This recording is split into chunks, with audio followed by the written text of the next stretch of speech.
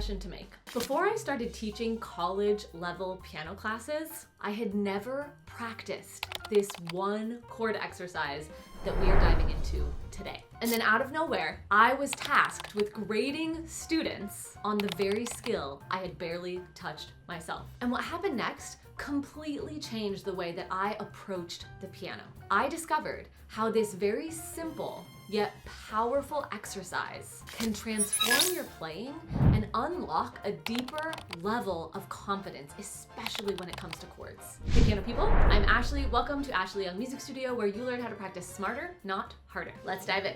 So what is this one chord exercise that most piano players skip? It's drilling chord progressions in all the keys. And you can actually do this successfully regardless of your level. And I'm gonna show you how. Now make sure you stick around to the end of the video, where I'm also going to give you a free PDF that shows you exactly how to implement what you're learning in your practice sessions. The awesome thing about this exercise is that you can actually do it with any chord progression, and you're going to see why in just a moment. So today we're going to start with something really simple. We're going to be doing the 1-5-1 chord progression.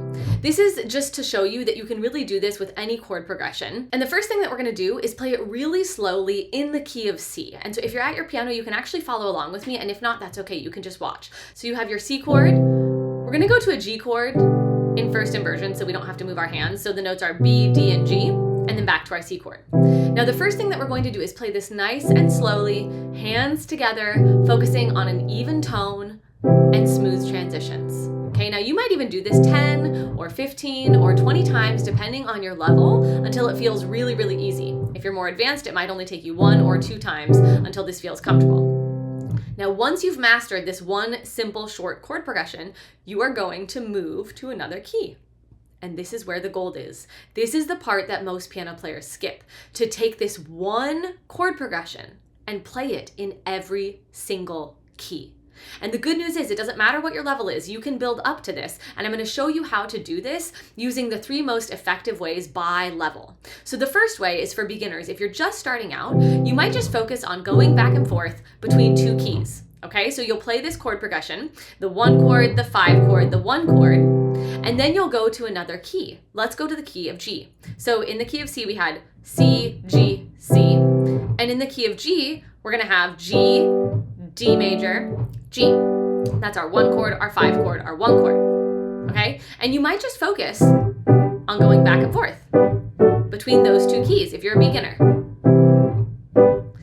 And you might do this for 1 practice session or 20 practice sessions. It doesn't really matter, because the whole purpose is to get very, very comfortable doing the exact same chord progression in both keys. Now, the second way, if you are a little bit more intermediate, or if you've done the first way and you're done with it and it feels easy, is you can take what you're doing and you can go up again by another interval. Okay? And so a great way to do this is to build on what we just did and go around the circle of fifths. Now, if you don't know what the circle of fifths is, that's okay. You can just go up by intervals of fifths. So we started in the key of C, and we're gonna go C, and then we're gonna do the key of G, 1, 2, 3, 4, 5, G, D, G, and then we're gonna go up 5 again, 1, 2, 3, 4, 5. We're gonna do it in the key of D, and then we're gonna go up 5 again, 1, 2, 3, 4, and then we'll do A. So you can keep going up by intervals of fifths, or in other words, following the circle of fifths. And you can add a key as you get comfortable. Now, you might not do it how I just did it. I just went through like 4 key signatures all at the same time. You might start with 2, like the beginner level said, and then you might add a 3rd one, and then a 4th one, and then a 5th one. And as you do this, you're focusing on getting very, very comfortable. The purpose here is not speed. Okay, we're not trying to get to all of these keys quickly. We're trying to get them deep into the layers of our memory. Now let's talk about the 3rd way that builds on the first 2 ways, or where you can start if you're more advanced. If you've gotten something from this video, go ahead and give it a thumbs up. Make sure that you're subscribed to the channel and hit the bell so that you know exactly when I release helpful videos like this, because I do it on a regular basis. Copy the link and share it with a friend so that they can also learn this transformative chord exercise. And then comment below and let me know, is this brand new to you? Have you done this before? What about this is resonating with you for your piano practice? Okay, so the 3rd way to practice, if you really want a challenge, is to go up chromatically. So in order to do this, we would start with the key of C again.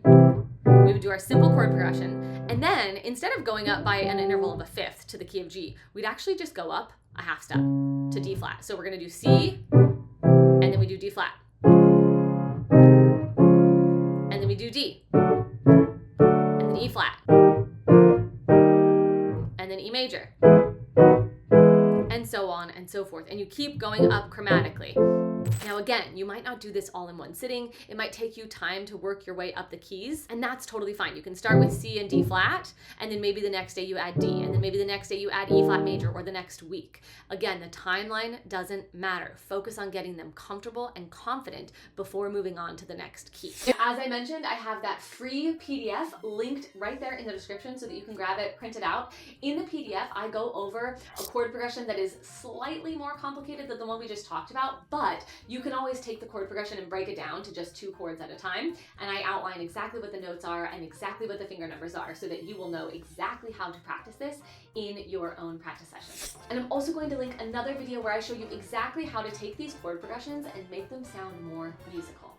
You can snag that right here on the end screen. Happy practicing.